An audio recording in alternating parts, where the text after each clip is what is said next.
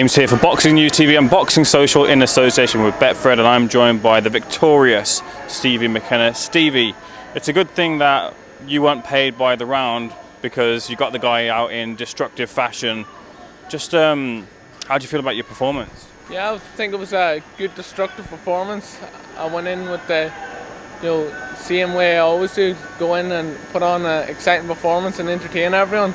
He was a tough guy as well. He took some good shots in there. I dug him down to the body, and it was end of the night for him. But I had a great training camp for this fight. I've been getting tremendous sparring. I was going into this fight super fit, and I felt very strong in there. Remind me, because you told me that you had an opportunity and the pleasure to meet with your idol Tommy Hearns. Remind me what he told you, the bit of advice he gave you about a month ago. Yeah, he was telling me to use my long reach and swing in, let in big shots and use my reach to my advantage, the same way he did, and bang in big shots. So growing up, I always watched Tommy Hitman Hearns. He's my favourite fighter. What a tremendous fighter he was, and I want to bring that style into my boxing. I want to entertain people, be involved in big fights in the future, and just entertain the fans and win world titles.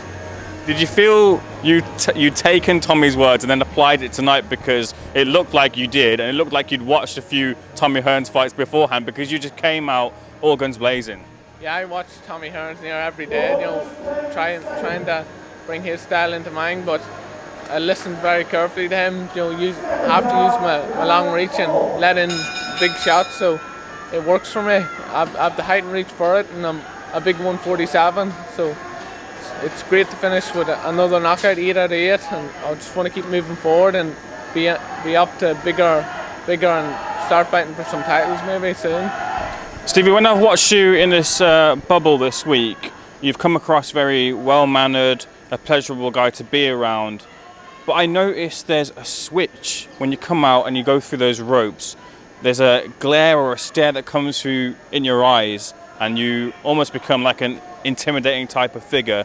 It's night and day from the guy that's standing in front of me now. Where does the mindset switch happen? I just about killer mindset. Once I go into the ring, I'll do anything to get that guy out of there, and it's prize fighting. So I've been growing up, even since I was amateur, take every fight, like very serious. You don't know what could happen in there, so you have to do everything right. And when I go in there, I'm 100% focused, and I have one thing to do, and that's win. So I'll do anything to win, and I'm very focused before the fight. A bit like Mike Tyson, the way he was.